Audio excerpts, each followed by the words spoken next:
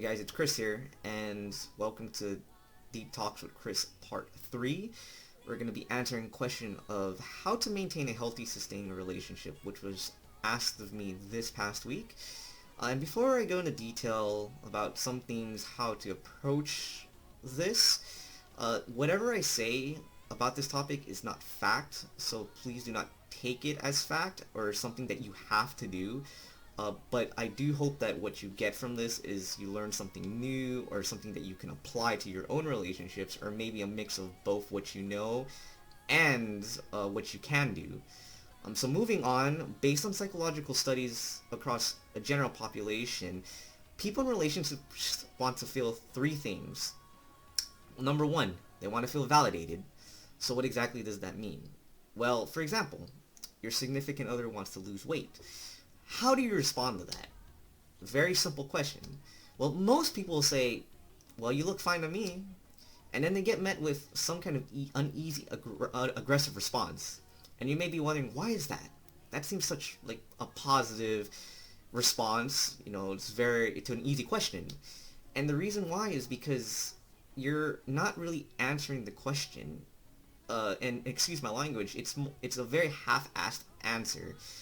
You're not really putting your thought into it and really thinking about how that person might feel about themselves and how you can help them. So instead you should say something along the lines of, you look fine to me, but if you want to lose weight, I will support you in this endeavor.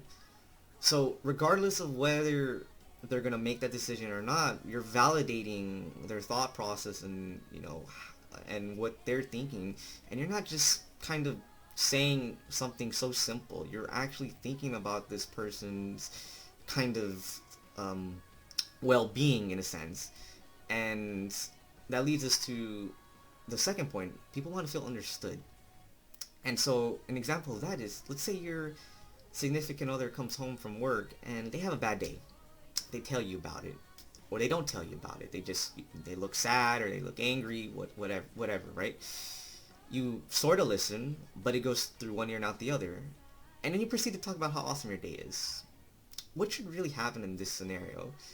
Well, instead of discounting their experience, you should really understand what's happening with them, right?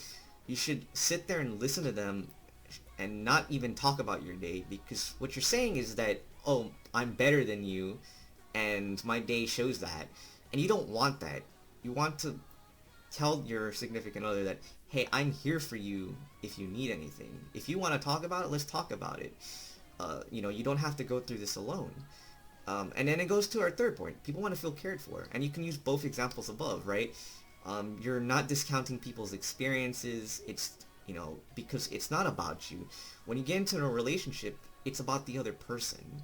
You're really focusing on their happiness, on their well-being, and seeing them smile, seeing them successful. And that's the whole reason why you got into a relationship with them, is because you love this person and you want to be there for them, right? Through every step of the way. And so now we lead on to communication. And communication is very important, and I keep stressing this a lot in almost all my talks. I'm going to ingrain it in your guys' head by the end of whenever this series ends. But it's important how we respond to each other, especially during the low times of our relationships. And we need to be on the same page and understand the direction that we want this relationship to go in. And we have what's called the man withdraw pattern. And what exactly is that? Well, it's pretty basic and simple. It's, for example, let's say one partner is focused on the relationship, they're putting their all into it, and they demand certain standards from the other partner, right? Because either they're breaking it or it's not there, and the other partner kind of runs away from the issue or the problem at hand, right? And that's what we call the man withdraw pattern. It's a very one-sided relationship where one person is really working on it while the other person is not. And there's a lot of relationships out there that are very one-sided, that have these types of experiences, and it's not very healthy.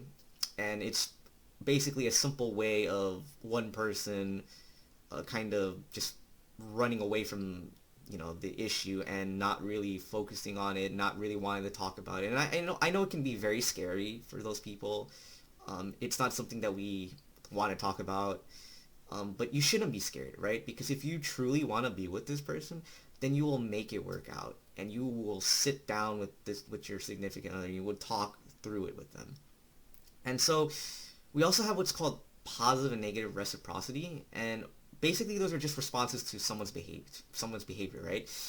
So someone's positive behavior will be met with positive reciprocity. Someone's negative behavior will be met with negative reciprocity.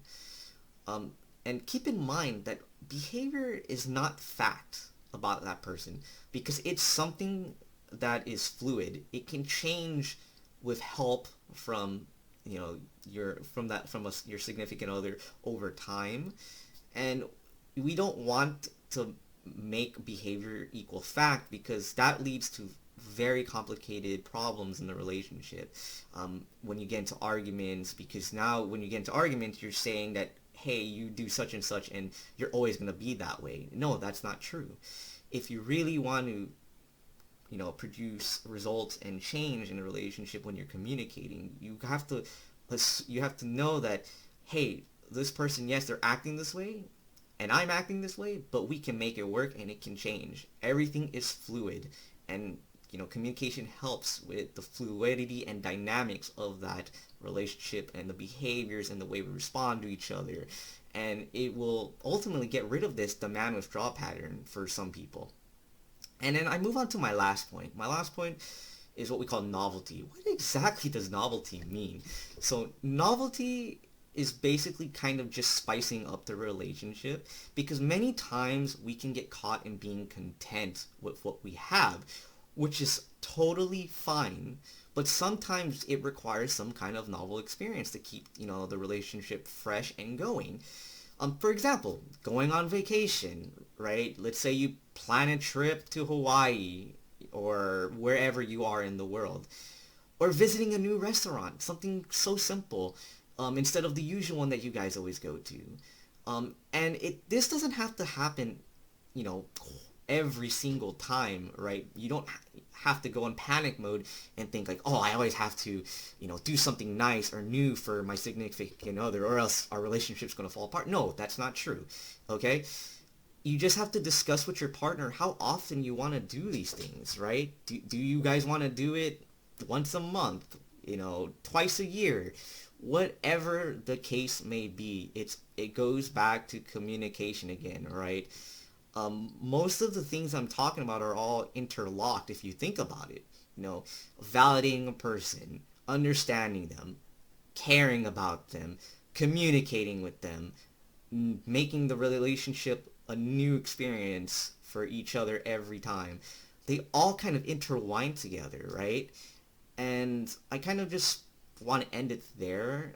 These are kind of the main points that I want you guys to take away. And I hope that you learn a little bit about these different types of concepts and apply it to your relationship if you want to. You don't have to.